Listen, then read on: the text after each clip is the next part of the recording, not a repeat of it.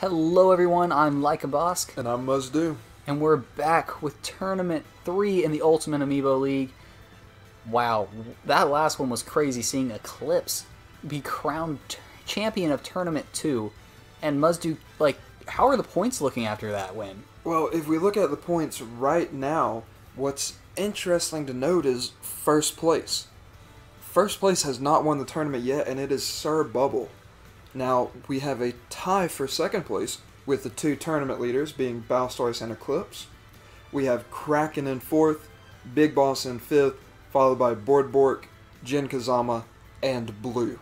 Yeah, and it's important to note that no one has clinched the championship yet, but Blue has to win out if he even wants to be in contention for the championship seat. So a lot is riding up on this very first matchup. Can Eclipse maybe claim an early lead halfway through the season at Tourney 3 as we're going into Tourney 4 after this? I mean, Blue has to win out. He has to hope that he knocks Eclipse down as far as possible. Sir Bubble, although has not won a championship or a tournament, he's in the lead of the championship. And it's like we were saying in some of the earlier videos, you can get the most points in a tournament and not even technically win. And we see that exactly with Sir Bubble right now. Now, they haven't won a tournament and they haven't had a 3-stock, but throughout the two fights, they have had a higher average, and that has earned them a higher number of points. But going into this first match, we have Eclipse versus Blue. And this is going to be high octane from Blue, and Eclipse is going to keep her stinking cool as she shields every single one of his attacks there. I mean, Blue has to get out here and just prove that he's dominant. In fact, if he really wants to win this championship or get there, he needs to start getting 3-stocks now. And we haven't seen a 3-stock yet in this tournament. As he's taunting, that's not going to get you ahead in this game. In this league, taunting is deadly. That has been proven time and time again. But you know what's really interesting is that Jin Kazama still beat Bowstoise. I cannot believe it. Not Twice. Once, but twice. Blue and Eclipse going really deep off stage. A nice tech save by Blue there. I don't think there's going to be a 3-stock here. The damage is just slightly too high. Blue's just chasing her around. She seems like she's got the champion's composure out here. She sends him into the blast zone. 106 damage. Now 12. Blue's got to start using his smash attacks. I don't know what's up with him. Maybe he's just not feeling it. He was a championship favorite at the beginning of the season, right, Muzdu? Absolutely, and that's just what's crazy to see. How predictions can mean so little. Yeah. But this has just been extremely fun to watch throughout this first season, the first half of this season. Yeah, really no stinkers of battles still. Maybe not the most interesting gameplay at times, but these Amiibos have a lot on the line, and we forget how much pressure they're under. They have contract deals running out at the end of the season. They have to perform now. Absolutely, and we have a great grab coming out of a dodge. And Blue is almost back up to Eclipse's damage. He's got to get some action in here now, or he's done. He's taunting to try to get the crowd into it, but the crowd does not care. They just want blood, and it doesn't matter whose. Eclipse off stage. Blue goes really low to try to find her, but she recovered high. And a Nair sends her out of there. Blue with 144% damage. And he's almost out of there again. I mean, Muzdu, he hasn't proved himself in this tournament. His best finish has been 5th ever, and he gets a stock taken away from him right there. 5th and 8th are his only 2 finishes. Yeah. Does he even have a chance to make it in the top half of the tournament by the end of the year? As we mentioned at the beginning of the video, he has to win out the rest of these tournaments, and by the look of this, it doesn't seem possible. But in addition to that, he has everyone who is ranked above him, at least in the 3, have to finish in the bottom 3. And frankly, with the way this is going right now, I don't see that happening. And the only way that would really happen is if Bowstoise had to fight Jin Kazama for the rest of the year. As those are the only losses he has around. They don't seem as quick. They don't seem as angry, and I don't know, maybe are they just... they've already given up? It almost looks like that. We just see a performance that honestly feels lackluster. But They are both at high damage right now, and it's just going to be interesting to see if Blue can take that second stock away. Oh, with a shield break! Shield. And he's going to send her into the blast zone! Was, I know it's not a win, but when you're down that great. far, you have to get that. And you take the wins where you can get them. Actually, she hasn't been able to touch him. Oh, commentator's curse. Let's see if this one works. Eclipse is going to win this matchup. Oh, now don't show bias, Bosk. I'm not showing bias. It's just a scientific discovery. Now we are He started to get some combos working there. It's almost as if he needs to be clutch at the end of this round to win. Did Blue pull off the upset? Oh my goodness. As my honor as a commentator, I will no longer call who will win. I am sorry. If that affected anyone's playoff potential, my bad. Blue, congratulations. This is the second tournament in a row that the champion from the last tournament is sent to the loser's bracket. That is the biggest comeback we have seen to date. That is just truly exceptional and phenomenal. I don't know if any of us could have seen that with the way that fight was panning out. That was just amazing. Like, I don't care whose side you're on. That was gameplay that I didn't think would happen. Nor I. And I guess Blue's aggressive typing just finally overcame her light combo. He said, that's it, I'm going out here and I'm going to win this. As we get into Kraken versus Jin Kazama, Jin Kazama hasn't had the strongest of seasons, but he does know how to beat one champion, and that's for sure. I believe Kraken and Jin Kazama have met up before, and it was a very easy win by Kraken. Let's see if that continues as they pick like New Super Mario Bros. U as the background here. Very beautiful, but they seem to be really in the air this round. Yep. And we had a nice little short combo right there to put on a few extra damage percentage for Kraken. Kraken, when he's in the air and he starts juggling his opponent, it's almost game over there as he's going off stage deep. That is when he is at his most lethal. Yeah, I mean, Jin Kazama still going off stage. Really dangerous as he gets thrown off stage there. Kraken refills his ink, has a very good lead. Almost the same percentage on the second stock. I mean, wow.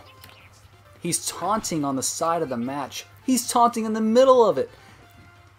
Now, I don't want to create commentator's curse, but are we potentially looking at our first 3-stock? This has the best potential from what we've seen in this tournament about what your percentages are at before people can kill.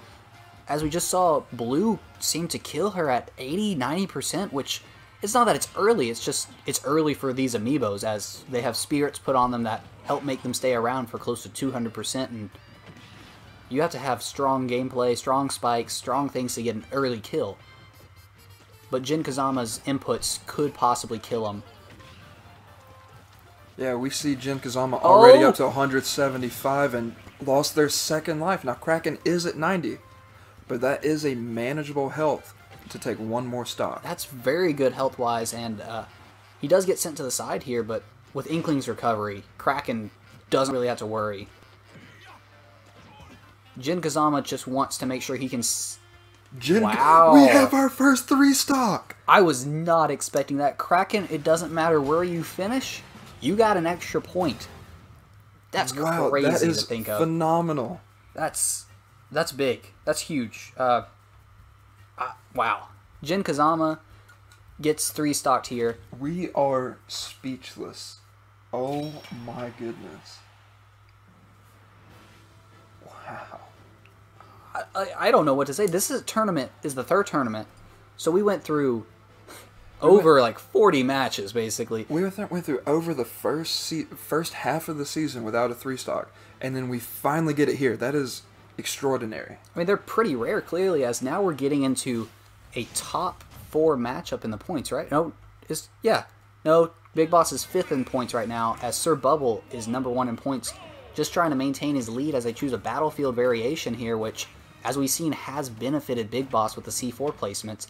But Sir Bubble is coming into here with his light combo game, and Big Boss hasn't touched him yet. Sir Bubble seems to be here with a vengeance. You know, I think after losing to Eclipse last round, he's ready to go out here and prove that he belongs. Not only belongs, but he hasn't switched to any other Pokemon yet. He's letting himself finish this duel. This is quite an interesting playstyle. Does get hit by the C4 there for a quick 30 damage, but it doesn't look like it's phased him. We have a great grab, and he's already at 107% damage. And remember how often those Squirtle back throws have killed him. We've or got killed at least any opponent. 4. Yeah, he's very good with the back throws as Squirtle, and oh, that C4 got placed on him. Big Boss trying to get back into it, continuously placing the C4 and kind of dodging away from him, laying him to rest, but doing nothing with it. Gets thrown off stage. He can recover from this, right? Not when the C4's on stage. He forgot about that. And now he's stuck, down a stock. But easily manageable as long as Sir Bubble remains as Squirtle. Speak of that, did he get C4 placed on him? It looks like it could have been a combo between the C4 and the up tilt mortar. Yeah, the mortar launcher from that. Wow. Big Boss coming right back into it. His up B did protect him from getting stomped on by Charizard there. That could have been devastating off the rip. Oh, that's a nice little combo we haven't seen too much of yet. He's starting to use the platforms to his advantage because he can protect both on his level with the C4 as trying to scare you away from it, and then the mortar launcher up in the air. He's really using his shield a lot, and I know he's a cautious Amiibo, but you kind of got to lay on the pressure on someone like Sir Bubble because their Squirtle game is so strong in the early part of the matches. Absolutely. The way Sir Bubble and Squirtle can combo, it's truly devastating. Once again, his up B saves him. It's quite an interesting use of their recovery. Not something that one would see too often. No, especially not in the Ultimate Amiibo League. And we've been so busy talking, I didn't even notice. Big Boss has taken the lead as far as damage. Yeah, Big Boss has been quiet but consistent here. And as he saves himself with a C4. My goodness. As he gets hit by a Flare Blitz, though, so it was short-lived. But still, with Sir Bubble already at 174, one well-timed attack can send him off, and we're basically back to square one. Yeah, and there's no 3-stock here, as both of these fighters are going for it. Even though Big Boss is being very sneaky about it, Sir Bubble gets hit with an up tilt, sent off stage, and he's back out here as Squirtle to finish the job. Early combo game. Catching him in the air, I don't really think that Sir Bubble or Big Boss can recover from someone rushing him down like this. And with a 82% damage differential in the third and final life, it will be extremely difficult to overcome. Also, Big Boss is one of the only characters we've seen SD himself. Nothing against him as a fighter, but when you have to rely on the C4 for an extra part of the recovery, and how often he places these C4 on stages, it's hard to keep track of, even if you're the one that laid him down. As I think there's one, yeah, on the left platform. Not quite enough. The ledge immunity protects Sir Bubble for now. Don't use it. Don't you use it there. You will blow up. And wow. How interesting. Sir Bubble takes that stock, moves on to the next round, and continues his strong success of almost... He hasn't finished worse than 4th. And with that takes their personal record to 1-1. Oh, they finally have fought each other each once now, and each got the better hand once. Now this matchup is going to be huge. Bork versus Bowstoise. Bowstoise is really sad after being beat twice by Jin Kazama, former champion, currently tied for second in points. Bork, on the other hand, just turned his game around from being one of the worst fighters in Tourney 1 to, well, being one of the best in 3rd place. Yeah, I'm curious to see if Bowstoise comes out here with a vengeance and says, "This is my home, get ready for me to put on a show and put you in your place." Yeah, almost home field advantage here with the Mario Sunshine background. But Bork's keeping his cool, saying, look, I've gotten bronze, and I started off in 7th in the beginning of the season. Now I've moved up to 3rd. Overall in points, I might not be top, but that doesn't matter as Bowstoise takes him off stage. Bowstoise just now at 70%, but he's a heavy fighter. Bork really needs to start giving him, I don't know, 160 before we even worry about him dying. Absolutely. Oh no. I thought he was going to do the Bowser side there. Now that's a move we haven't seen yet this tournament. He doesn't really like to do it. Even during training, he always refused to do it. I taught him how. He did it once, and then he said, alright, I want to beat you fair and square. And I think that's what he hates about taunting. He's not necessarily a humble fighter, but he wants to beat you in fair conditions, fair terms, as he takes another stock, and well, we're looking at something similar. 111 for Bowstoise is not really that much percentage, being the heaviest character in the game. At, like we said last time, 1,200 pounds. Yeah, 1,200 pounds, 8 something. But yeah, again, like even 132, like it's a high damage number. Well, Bork's already at kill percent. He's not going to make it through this if Bowstoise keeps up with the pressure. One more charge move. He has to get a kill here just to help him. That was a great dodge to go through those 2 projectiles. I was about to say, his ledge guarding there was on point. Bowstoise just did everything right. This is going to be a close match, and I know close as in trying to not get 3-stocked at it. Ooh. He spikes him! That was beautiful to see, knowing that he is 1 hit away. That was a spicy save to be 3-stocked, and he's going to need 2 more of those, really, to be able to win this.